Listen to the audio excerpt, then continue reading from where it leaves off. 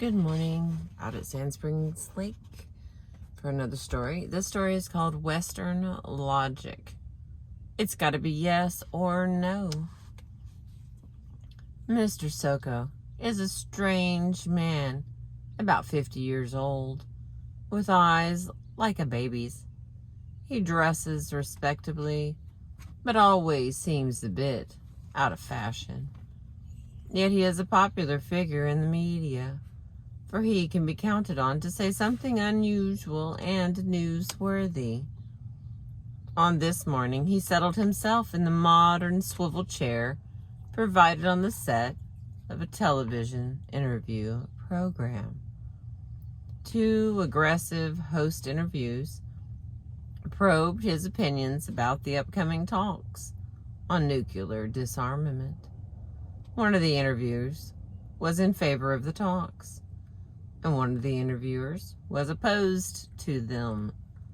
The first mentioned some of the arguments supporting the talks. "Yes, you have a point there," replied Mr. Soko. The second interviewer countered with arguments against the talks. "You certainly seem to know what you're talking about," commented Mr. Soko. The first rebutted.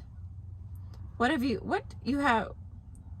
you have to say sounds good to me," Mr. Soko remarked in response. The second countered. "I wouldn't disagree with that point. That makes sense. Couldn't have put it better myself." At last, the first host expressed his exasperation. "But, Mr. Soko, how can you agree with both of us?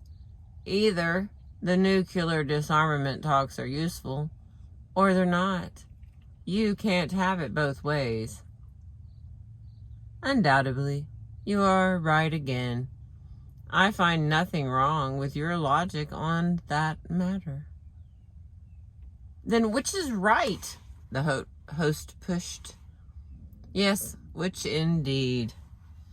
Aren't you willing to commit yourself to one position or the other?" the second host probed. "Why should I?" the guest wanted to know. "Because you must have some views on the matter of disarmament talks." "Yes, I have." "Well, which do you stand for? What do you agree with?" "Well, I choose one or the other." "Must I choose one or the other?" "Yes, of course. That is the purpose of this interview. You must choose."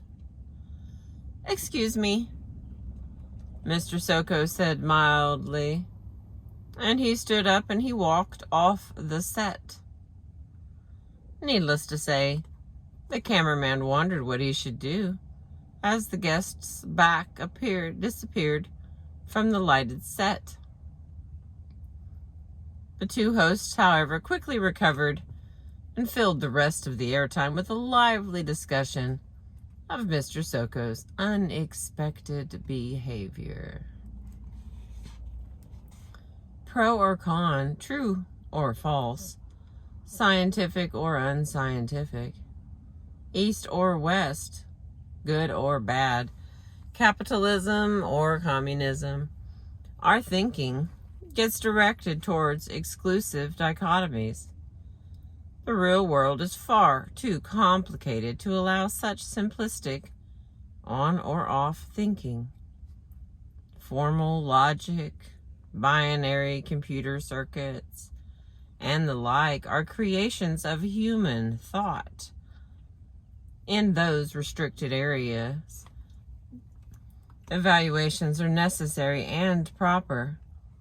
But when we talk about a college education or some kind of therapy, or tonight's dinner, a one-word evaluation makes little sense. Nevertheless, with all this complexity, we must act. That is the final story from the book Water Bears No Scars by David K. Reynolds, PhD,